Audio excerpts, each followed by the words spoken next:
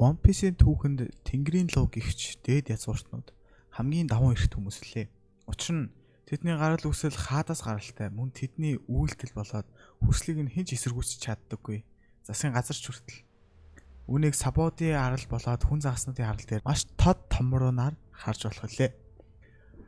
Тэнгэрийн луу гихч хүмүүс хаана амьдардаг, хаанаас гаралтай юу хүмүүс вэ гэж гайхаж биш магадгүй юм. Тэгвэл би яг одоо хэлж өгье.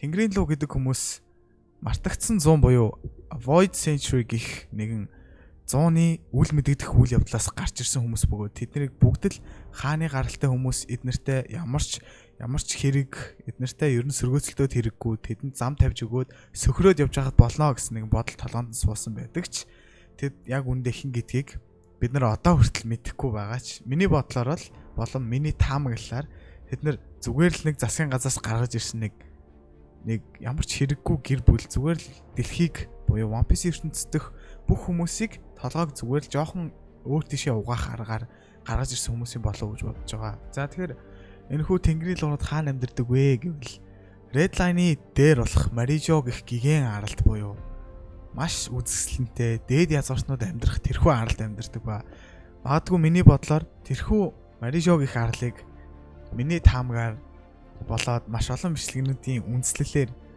нэгэн маш том гэр бүл удирддаг. Магадгүй тэр нь One Piece ертөнцийн дэх One Piece-ийн хамгийн сүүлийн хамгийн хүчтэй дайсан байж магадгүй. Мөн энэ хүн л энэ хүн юм уу энэ гэр бүл энэхүү одоо мартагдсан 100-ыг ихлүүлж засгийн газар CP0 тэгээд усан цэрэг гих мэт бүх зүйлийг ихлүүлсэн байж магадгүй.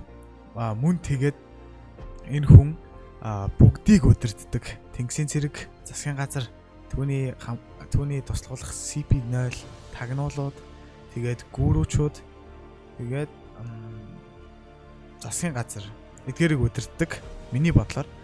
Тэгээд яг яагаад вэ гэвэл би нэгэн мангагаас эсвэл зүгээр л нэтээс нэг ухаад явж итэл гүүрүүчүүд буюу одоо засгийн газар тэгээд тэнгисийн цэрэгт тушаадаг хүмүүс нэгэн хүнд ингээд мөргөөд маш хүндлээд түүний тушаалыг биелүүлчихийг би ингээс яг тэр дүр зургийг харсан. Тэгээд магадгүй энэ бүхэн маш тийм үндэслэлтэй байж болох юм аа гэж бодож байгаа. Мөн энэ хүн одоо Рожерийн нууц болоод магадгүй маш удаанаас маш тийм хөгшин байх гэж нэг үндэслэл гарч ирж байгаа. За тэгээ яагаад вэ гэвэл засгийн газрын туслах болох CP-нууд тагнуулаад нэгэн One Piece-ийн тусгай анги дээр Pure Gold буюу цэвэр алтыг хайдаг.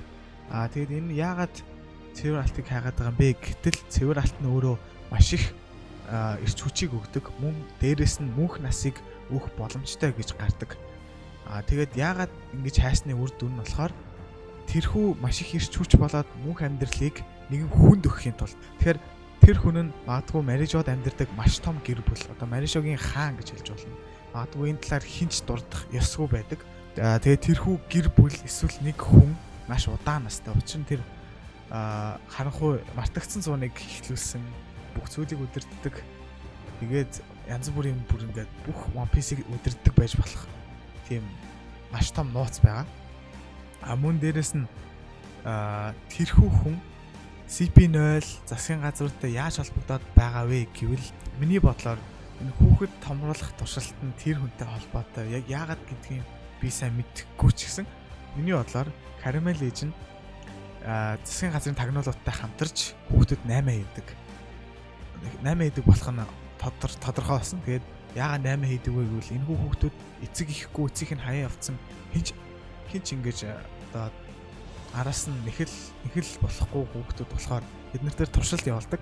Энийг болохоор Punk хазаартай буюу Caesar-ийн туршилтыг харж болно. Гэхдээ энэ зөвхөн Big Mom-ийнх байсан ч гэсэн хүүхдийг томруулдаг туршилт гих мэт юм гаж туршилтыг хийж яхахыг бодоход энэ хүн маш өөр тийм далд утга санаатай явж байгаа. Мөн дээрэс нь доктор Vegapunk гэж нэг хүн маш нууц.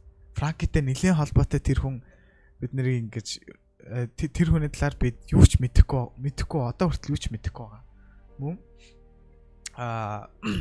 магадгүй энэ хүний нууцыг зөвхөн хувьсгалын айран мэддэг гэж би бодож байна. Яагаад вэ гэвэл Балтико буюу нэг маш эртний маш дээр үед алга болсон эртний арал дээр эртний арлыг зөвхөн хувьсгалын армууд олж нээсэн байдаг. Тэгээ тэрийг өөрийнхөө төвөө болгосон байдгийг барж олдог.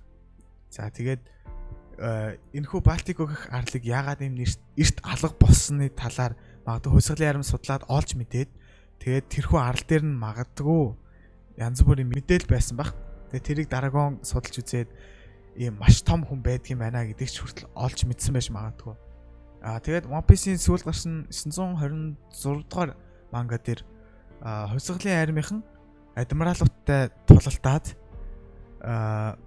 Комаг аврахын тулд адмиралуудтай нэлийн удаан тулалдаж Комаг аварсан гэж хэсэг гардаг. Тэгэхээр Комаг үхсэн гэж зарлцсан байсан. Тэгээд маш олон пацифиста хийцэн байсан.